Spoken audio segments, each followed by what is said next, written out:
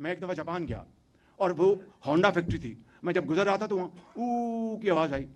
تو میں نے کہا یہ کیا معاملہ ہے. پھر میں نے جو ہمارے ہوسٹ تھے میں نے لگا ان سے پوچھ لیں. میں چپ ہو گیا. پھر میں آگے گیا. پھر او جب تیسری مرتبہ او ہوا تو مجھ سے رہا نہ گیا. میں نے کہا یہ وہ ڈائریکٹر تھا. میں نے کہا یہ کیا ہو رہا ہے. اس نے کہا جی یہ ورکرز ہیں احتجاج کر رہے ہیں. اندازہ کریں کام نہیں رکا, پروڈکشن جاری ہے, مگر اپنا احتجاج انہوں نے ریکارڈ کروایا او کر کے. یہاں پر تو جناب اسلام آباد پر اپنا لشکر کشی ہو جاتی ہے. وزیر اعظم صاحب نے جی احتجاج کا نیا طریقہ متعارف کروا دیا ہے. وہ کون سا طریقہ اس کے بارے میں بات کریں گے.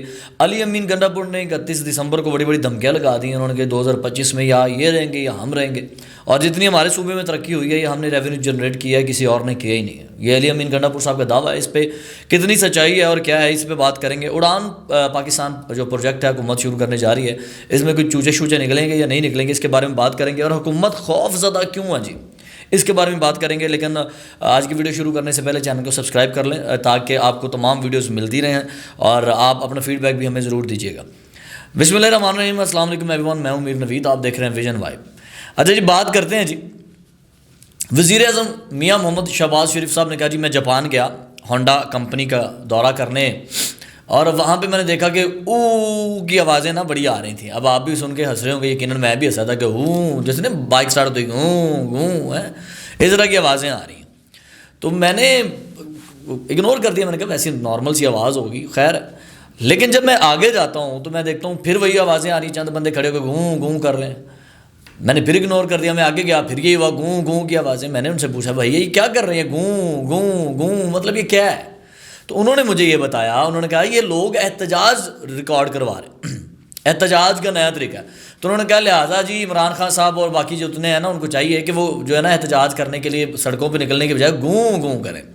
ٹھیک ہے, یہ ایک نیا طریقہ ہے احتجاج کا. وہ انڈائریکٹ یہ کہنا چاہ رہے ہیں. آپ کو میں بتاؤں جو ہونڈا کمپنی کا مالک ہے وہ ٹوکیو میں رہتا ہے. اس کا اپنا یعنی کہ جہاں پہ وہ گھر ہے وہ اپنا واش روم تک خود صاف کرتا ہے. وہ اتنا ہمبل پرسن ہے, ٹرین پہ سفر کرتا ہے وہ. ٹھیک ہے, اور یہ اتنی بڑی ان کی کمپنیاں ہیں, ٹویوٹا اتنی بڑی کمپنی ہے ان کی جاپان کی, 1 منٹ میں ایک گاڑی تیار ہو جاتی ہے. ہونڈا والے مطلب اتنے کمال کے لوگ ہیں. اگر آپ نے ان کی چیزیں ریکارڈ کرنی تو پھر یاد رکھیے گا ان کے جو ورکرز ہیں وہ اپنی ڈیوٹی ٹائم میں سے آدھا گھنٹہ مانگتے ہیں. جی ہم نے احتجاج ریکارڈ کروانا ہے, کوئی بھی مسئلہ ہو, ان کو آدھا گھنٹہ دیا جاتا ہے. وہ بورڈز اٹھاتے ہیں, جو بھی کرتے ہیں وہ سڑک کے کنارے کھڑے ہو جاتے ہیں, پرامن طریقے سے احتجاج کرتے ہیں.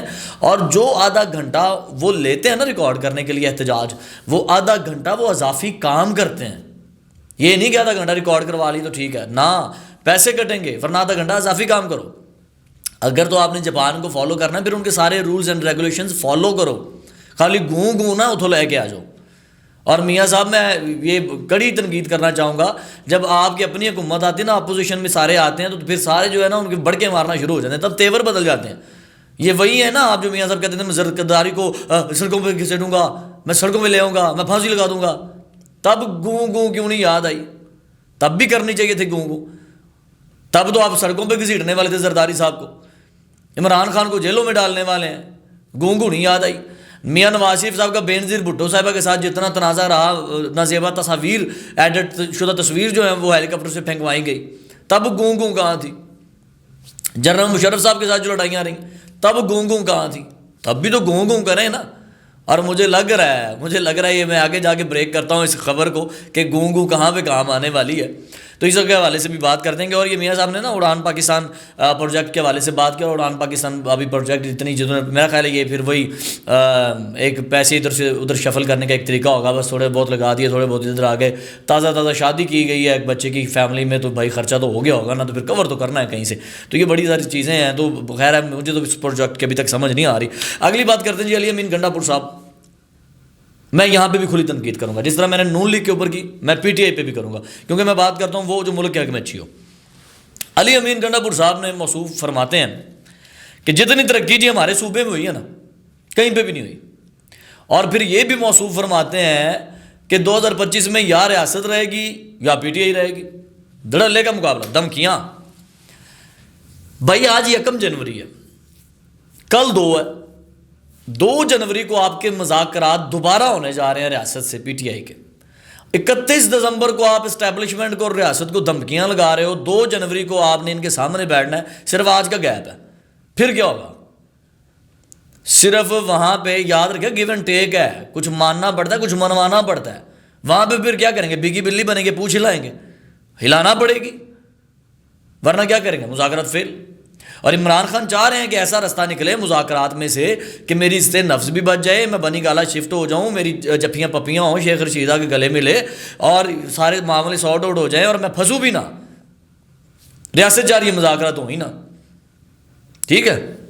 اب گنڈا پور صاحب آپ ایک دن پہلے دھمکیاں لگاتے ہیں, اگلے دن آپ وہاں پہ چلے جاتے ہیں. یہ وہی گنڈا پور صاحب ہیں جو کہہ رہے تھے کہ ہم جائیں گے احتجاج کرنے تو ہمارا جو ہم سر پہ کفن باندھ کے جائیں گے, گھر والوں کو اطلاع کر دی جائے, اگر ہم واپس نہ آئیں ہمارے کفن دفن کا انتظام کر دیں. آپ نے بڑی دفعہ کفن پہنا اور آپ نے اپنا کفن دوسرے کو پہنا دیا, آپ خود تو کفن پہنتی نہیں ہے نا, اپنا کفن پتہ نہیں کنوں دے آندے تسی. پھر وہی گنڈا پور صاحب ہیں جو یکدم بھاگے, بشرا بی بی کو لے کے بھاگے, پھر سمجھ نہیں کہ گیا کتنے. خدا دا نا جے ایڈیاں نہ چھڑیا کرو, تہاڈی مہربانی ہے, مہربانی ریکویسٹ کر رہا ہوں, اتنی نہ چھوڑا کرے. آپ ایک دن پہلے دھمکیاں لگاتے ہیں, اسی اپوزیشن اسی ریاست کے ساتھ آپ نے بعد میں بگی بلی بیٹھ کے مذاکرات کر رہے ہونا. یہ اب کیا کرتے ہیں مجھے نہیں آج تک سمجھ آئی اس ڈپلومیسی کی. اور پھر آپ کہتے ہیں جی میرے صوبے میں بڑی ترقی ہوئی ہے. کہاں ترقی ہوئی ہے؟ وہاں صوبہ ہے آپ کا جہاں پہ پولیس نے سڑک کے اوپر بیٹھ کے احتجاج کیا, آپ ان کی بات ہی نہیں سننے گئے, آپ ان کے پاس ہی نہیں گئے. قرم ایجنسی میں گردنیں کٹ رہی ہیں لوگوں کی, سر اتارے جا رہے ہیں. کہاں پہ آپ کی حکومت؟ پارا چنار میں بچے ادویات سے مر رہے ہیں, وہاں پہ 2-3 مہینوں سے روڈ بلاک ہوئے پڑے, لوگوں کی جو روزمرہ کی زندگی ہے, روٹین ہے, متاثر ہوئی پڑی ہے. کہاں پہ آپ؟ آپ نے پارا چنار کے قتلوں کا کیا کیا, بے گناہ لوگوں کی موتوں کا کیا کیا؟ آپ نے قرم ایجنسی میں اتری ہوئی سروں کا کیا کیا؟ مجھے بتائیں ذرا. آپ نے اس پولیس کا کیا کیا ہے؟ وہاں پہ بجلی نہیں آتی, گیس نہیں آتی, آپ نے اس کا کیا کیا؟ وہاں پہ رولز نہیں ہے, ریگولیشنز نہیں ہے, آپ نے وہاں پہ کیا کیا ہے؟ وہاں پہ دہشت گردی عام ہے, آپ نے وہاں پہ کیا کیا ہے؟ افغانستان کے بارڈر کے اوپر جو ہو رہا ہے سب کو پتہ, اندھا کوئی بھی نہیں ہے. آپ نے کیا کیا ہے؟ کچھ کیا ہے؟ کچھ بھی نہیں کیا. توان لیے جا رہے ہیں, آپ نے کیا کیا؟ کچھ بھی نہیں کیا. سب سے بڑی بات, 10 ارب روپے کی گندم خراب ہوگی آپ کے صوبے میں, آپ کے گوداموں میں پڑی پڑی, اور آپ کو خان کے علاوہ کچھ نظر ہی نہیں آ رہا. اور آپ یہ ڈٹھائی ہے کہ آپ آدھی قیمت کے اوپر گندم بیچنا چاہ رہے ہیں, کوئی گندم لینے کے تیار نہیں ہے. 10 ارب تو قومی خزانے سے گیا, آپ کی جیب سے نہیں گیا. وہ کدھر ہے؟ کیا کیا صوبے کے لیے؟ تو بڑھ کے مارنا بند کرو یار, صوبے کے لیے کچھ کریں, ملک کے لیے کچھ کریں. خیر مجھے نہیں سمجھ آتی ہے کیا سسٹم ہے. اچھا اگر بات کی جائے نا پاکستان کی اور انڈیا کی, میں آپ کو ایک بڑے کمال کی چیز بتاؤں کہ یہاں پہ انہوں نے کہا جی, میں کیونکہ پاکستان اور انڈیا کے اس لیے ذکر کیا کہ گنڈا پور صاحب نے ایک اور بات کی کہ اکانومی ہماری بڑی بہتر ہوئی ہے, یعنی کہ دوسرے صوبوں سے زیادہ ہماری صوبے کی اکانومی بہتر ہوئی ہے. اچھا ہم نے ریونیو زیادہ جنریٹ کیا, کیا کیا؟ اکانومی کی بات کی جائے تو 1991 میں منموہن سنگھ نے, میں آپ کو بتاؤں کہ انہوں نے راؤ نسیم صاحب سے کہا تھا کہ بھائی جان دیکھیں پاکستان جو ہے ان کے اکاؤنٹ کے اندر اور ہمارے اکاؤنٹ کے اندر جو فرق ہے ذرا بھی نہیں ہے. اور میں یہاں پہ باقاعدہ آپ کو مینشن کر کے دیتا ہوں, نسیم الراؤ صاحب سے انہوں نے کہا منموہن سنگھ نے کہ $2 بلین پاکستان کے اکاؤنٹ میں, $2 بلین ہی ہمارے اکاؤنٹس میں. ہماری اکانومی برابر جا رہی ہے, جبکہ ہم پاکستان سے بڑا ملک ہیں. پاکستان ہمارے سامنے پدو سا ملک ہے, پاکستان کی کرنسی ہمارے سامنے چھوٹی سی ہے, تو ہم دونوں برابر جا رہے ہیں, ہم کیا کریں؟ تو نسیم الراؤ صاحب نے کہا جی آپ کوئی تجویز پیش کریں. تو منموہن سنگھ نے ایک تجویز پیش کی, انہوں نے کہا جی اسٹیبلشمنٹ اور آپ کے جتنے بھی یہ پولیٹیشنز ہیں یہ, اور یہ اپوزیشن جس کو ہم کہتے ہیں, اور تیسرا سپریم کورٹ آف پاکستان, یہ تینوں ایک جگہ پہ اکٹھے ہوں اور یہ ایگریمنٹ کریں, سائن کریں, آمادہ ہوں کہ جس کی مرضی حکومت جائے, جس کی مرضی حکومت آئے, ملک میں کچھ بھی ہو, اکانومی کے اوپر فرق نہیں پڑنا چاہیے, اس کو کوئی نہیں چھیڑے گا. اور وہ ہوا. انڈیا صرف انڈیا نہیں رہا, شائننگ انڈیا بنا. اور یہ طریقہ 1991 میں میاں محمد نواز شریف صاحب نے شروع کیا تھا, اور وہیں سے پورا پروجیکٹ جو ہے وہ اٹھایا تھا منموہن سنگھ نے 1992 میں. یہ ہوا ہے نا. لیکن خیر میرا خیال میاں صاحب پھر آپ کی گل آپ ہی بھول گئے کہ یہی منصوبہ شروع کر کے میرا خیال وہ بھول ہی گئے, پھر کیا ہو یار میں بھی انہیں عمل کرنا سی. لیکن خیر ہم دیکھیں, افسوس ہوتا ہے کہ انڈیا میں اس وقت 274 بلینز ہیں, بلینئرز 274 $بلین کے مالک ہیں. ان کے پورے جو ایک بندہ ہے امبانی, مکیش امبانی, اس کی پوری جائیداد آپ کے پورے پاکستان کی جائیداد سے زیادہ ہے. آپ کے پاکستان کی اکانومی اتنی نہیں ہے جتنی اس بندے کی جائیداد ہے, ایک بندے کی. باقیوں کا حساب لگائیں آپ. اور پاکستان جنوبی کوریا کو سکھاتا رہا ہے, خود کہاں پہ ہے. اور ملیشیا میں یہ جو آئین بنا ہے یہ شریف الدین پیرزادہ نے بنایا ہے. پاکستان نے ملیشیا کو آئین بنا کے دیا ہے, اور ملیشیا آج تک اسی آئین پہ قائم ہے. اور بھائی آپ کا اپنا آئین آپ سے چلتا نہیں ہے, دوسرے ملکوں کا آئین بنایا آپ نے. شرم آندی تو ڈوب کے مار جو, یقین کرو سارے. خیر میری سمجھ سے تو باہر ہے. اور حکومت اس وقت اتنے دباؤ میں ہے. حکومت کیوں دباؤ میں ہے؟ میں نے جو کہا گونگو کہاں پہ کام آئے گی.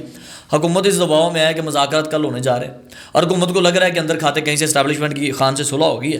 اور اگر خان باہر آ گیا, بنی گالا چلا گیا, جو کہ مجھے بھی نظر آ رہا ہے کہ خان نے باہر آ جانا, اگر خان باہر آ گیا, بنی گالا چلے گئے خان صاحب, اور وہاں پہ مذاکرات لوگوں سے شروع ہو گئے, ملنا ملانا شروع ہو گیا, تو حکومت کا پروگرام بڑھ جائے گا.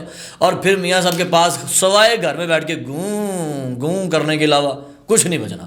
تو میاں صاحب میرا خیال ہے یہ گوں گوں جو ہے نا کرنا شروع تیاری کر دیں, کیونکہ خان صاحب مجھے لگ رہا ہے کہ آنے والے ہیں. اور حکومت کو صرف یہ دباؤ ہے, اس کے علاوہ حکومت کے پاس کوئی دباؤ نہیں ہے. اور میرا نہیں خیال کہ ابھی تک خیبر پختونخوا میں کوئی ترقی نظر آئی ہے. علی امین گنڈا پور صاحب گائیں بائیں شائیں جو کر رہے ہیں, ان کو یہ نہیں کرنا چاہیے. ویژن وائب دیکھتے رہیے. میر نوید کو اجازت دیجیے. اللہ نے کے بعد.